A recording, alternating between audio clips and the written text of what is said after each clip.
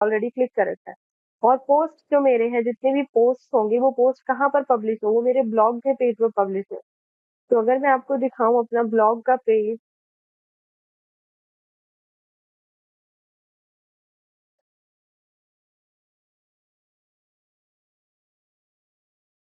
हम सेटिंग है ना उसे हो रखते हैं, और सेटिंग से रीडिंग सेक्शन में थे, या रीडिंग सेक्शन में थे, तो मैं आपको दूसरी जगह पे खोल के दिखाती हूँ। ये देखो, ब्लॉग का ऑप्शन क्लिक करके,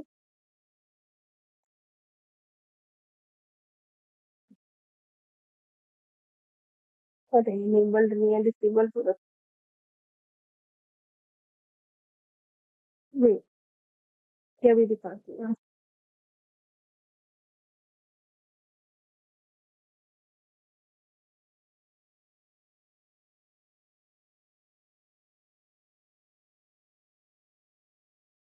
एक्टिवेट किया।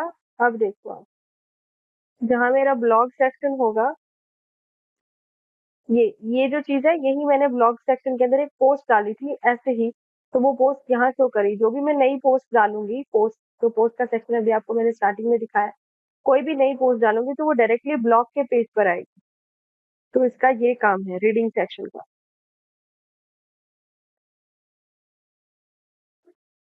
समझ आ रही है बात?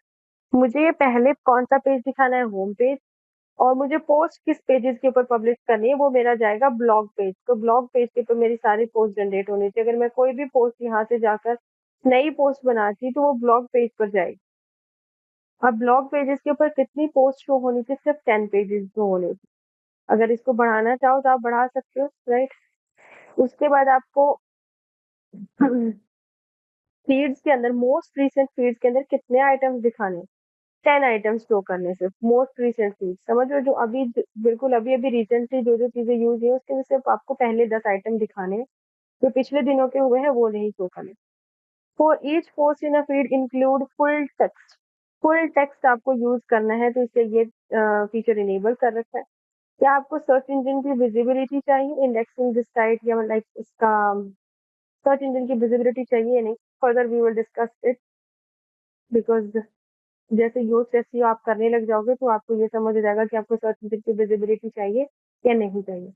तो मेरे पास ये सारी चीजें इतनी इनेबल कर दी है मैंने, इसे मैं सेव कर देती हूँ। अगला देखो जरा डिस्कशन का। डिस्कशन में क्या है? Default post, attempt to notify any blog link to the post. उसके बाद है allow link notification from other blogs, allow people to submit comments on new post. समझ लो, जो आपका कमेंट्स का सेक्शन है, अगर वो आपको यहाँ से अलाउंस देनी है लोगों को कि उसके ऊपर कमेंट कर सके, तो बटन को चेक इन कर दो, अदरवाइज इसको अनचेक कर दो।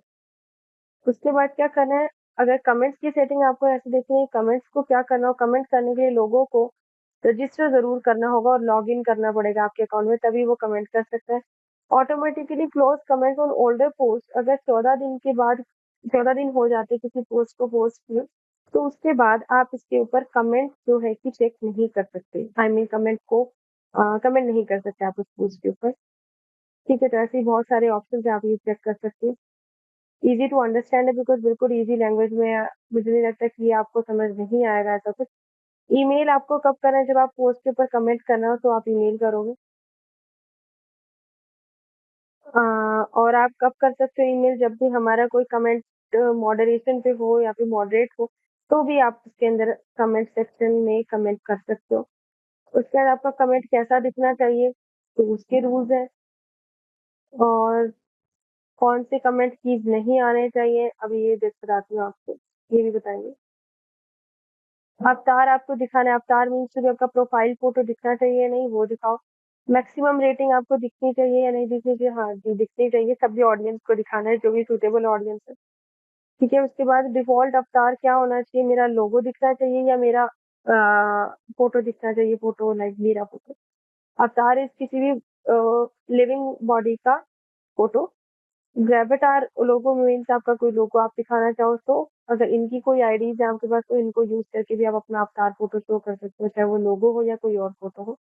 तो सिंपल मुझे इतनी सेटिंग्स को करने के बाद इसे ऐसे चेंजेस करने, ये कुछ ना जनरल सेटिंग है जिसे हर पेज को बनाने से पहले ही कर लेना। मतलब ये तो पूरी वेबसाइट पे एक बारी में ही हो जाएगा। आप ये देखो थंबनेल का साइज चेंज कर सकते हो। आप मीडियम साइज, लार्ज साइज जैसा भी रखना चाहो। थंबनेल समझते हो? अगर आपका कोई वीडियो है तो वीडियो के ऊपर एक इमेज आपको रोक के रखनी पड़ती है। जैसे पूरी वीडियो तो चलती नहीं मिलेगी, एक वीडियो उसके ऊपर होती है जो आपका ध्यान उसके ऊपर आकर्षित करती है कि हाँ आपको ये वीडियो देखना चाहिए। एक तरीके का थंबनेल। अगर मैं आपको यूट्यूब के ऊपर दिखाऊं दैट व्हाट इज थंबनेल, मैं आपको नहीं यूट्यूब पे आप यहाँ से देखो थंबनेल। ये देखो अट्रैक्टिव सा थंबनेल। अब ऐसे ऐसी ऐसी कोई पिक्चर आती है, बाद में इसकी वीडियो चलती है लेकिन ये ऊपर एक ऐसा फोटो दिखता है कि अच्छा यहाँ पे कोई रुक के देखेगा, हाँ ये it is very attractive thumbnail, मुझे इसको देखना चाहिए। देखो कितना अच्छा लग रहा है, येलो रेड। ठीक है, तो आप ये यूज कर सकते हैं। जनरल रीडिंग डिस्कशन मीडिया, ये मीडिया के चेंजेस आप इनको चेंज कर सकते हो। इसका विड्थ यहाँ से एडजस्ट कर सकते हो। कॉमा लिंक्स,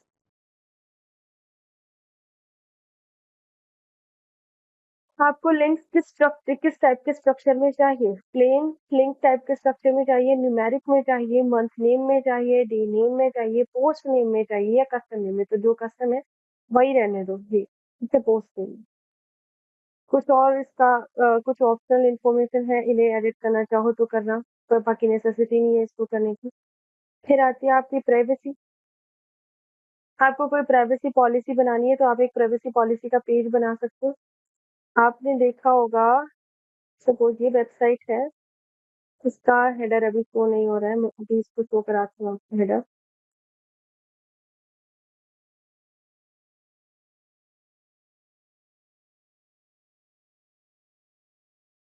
अब देखो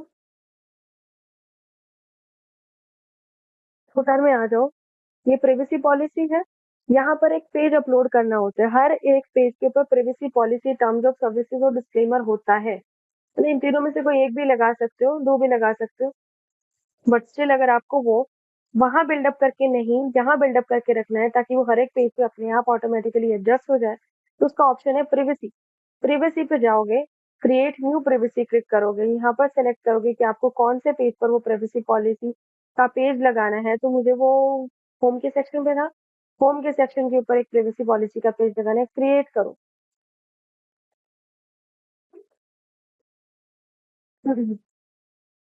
ये देखो,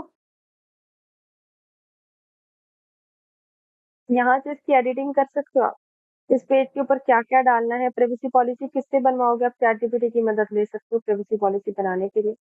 फिर इसको सिंपली पब्लिश कर देना है। यहाँ से पब्लिश करने के